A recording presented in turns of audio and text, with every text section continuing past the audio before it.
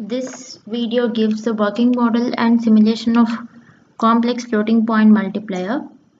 So the numbers here are complex numbers, as well as the number representation is a complex floating point number representation. So AR and AI are the real and imaginary parts of one input, of which each is represented as a floating point number of 32 bits. Similarly, BR and BI is another input. Mul R and mul I is the resultant output. AIZ, BRZ, all these inputs are the hidden bits of real and imaginary parts. These are the hidden bits of real and imaginary parts of the outputs. So the floating point number representation is dependent on the precision. Here we have considered the single precision floating point number representation, wherein there is a single sign bit, 8 exponent bits, and 23 mantissa bits. So the parameters here m and n are the exponent resolution and mantissa resolution. The complex floating point multiplication or the complex number multiplication has two parts of the result, real and imaginary parts. So considering AR and BR are the real and AI and BI are the imaginary parts, this will be the real part output and this is the complex part output. AR and BR, the real parts to be multiplied and subtracted. The imaginary parts also to be multiplied and subtracted from the real part result, and the cross product should be added. So for this we have to design a multiplier and an adder cum subtractor. Everything is of a floating point representation. So float mult is a module which does the floating point multiplication, and float add is a module which does floating point addition. So coming to the floating point addition, so here this is the module for the floating point addition, where A and B are 32-bit inputs. These are the hidden bits and C is an output. So there will be three steps that have to be done in the floating point addition. The first step is the exponent normalization or the exponent equalization. The second step will be the mantissa shifting, the required mantissa shift according to the exponent equalization. And the third step would be the mantissa addition. So for the mantissa addition and exponent addition as well, we have a module called recurse signed, which is a integer addition module.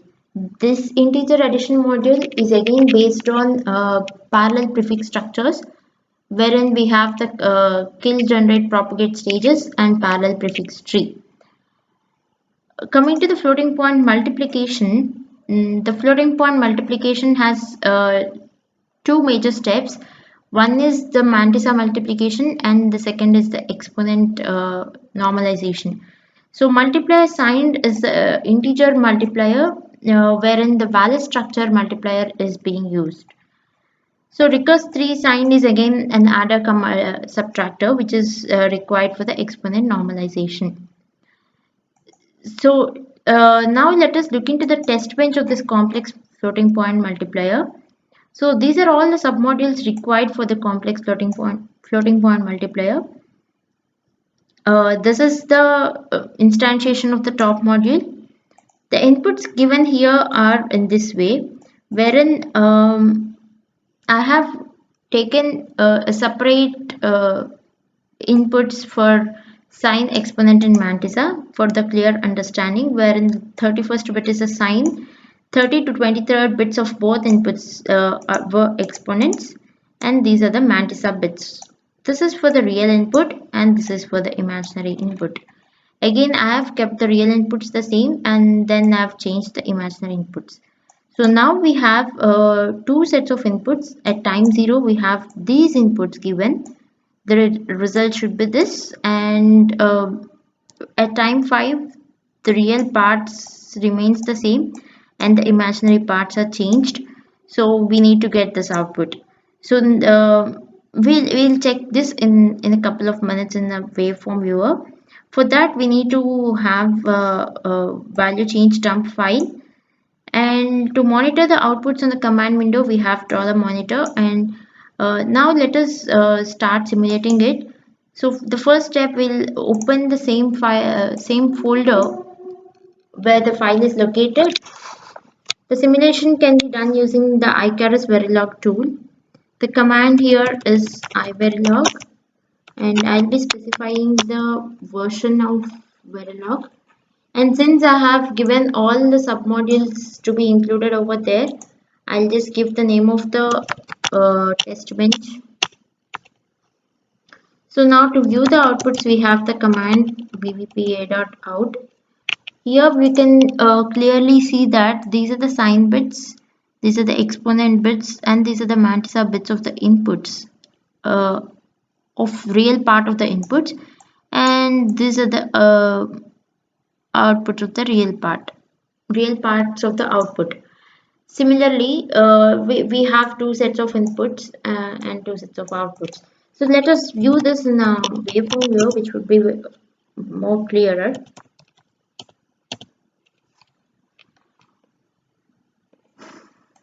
So let us take all the signals into this viewer. So now first set of inputs that I've given were 18 plus I 4.5 into 9.5 plus I 2.2, which should be 161.1 plus I 82.35. Fine. So the first real output should be 161.1. So the real output is this, the first set of output. So now this is all in hexadecimal. Now let us check whether this hexadecimal is equal to the required 161.1.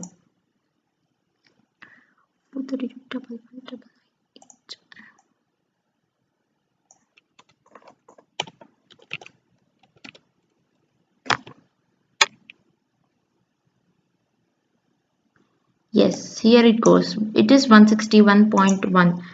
Now the first set of imaginary output should be 82.35.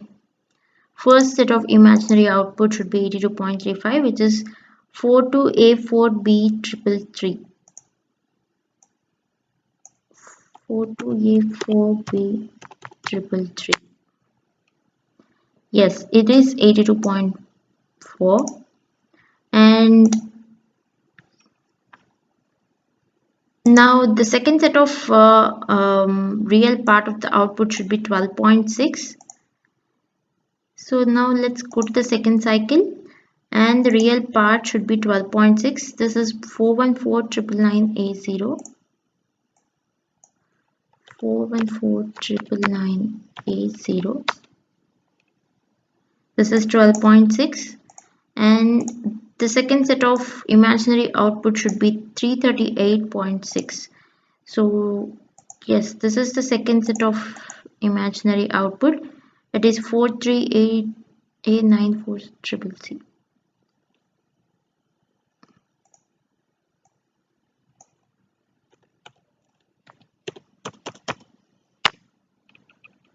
Yes, this is 338.6. So here this shows the correctness of the complex floating point multiplier. Thank you.